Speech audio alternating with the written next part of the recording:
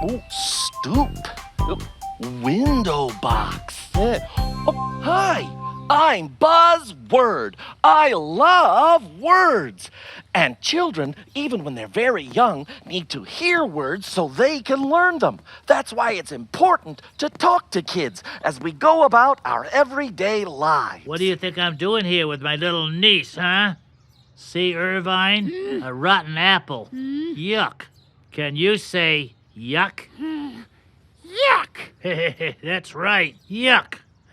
Gotta keep that for my trash collection.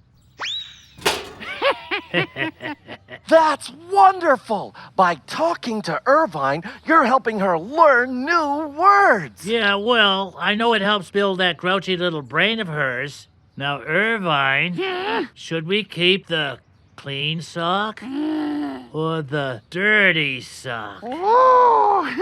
Ah, nice choice, Irvine. Yuck. Yuck! By talking to and listening to kids, we also help them learn how to make choices, solve problems, and express themselves. Yuck! Nice job, Irvine.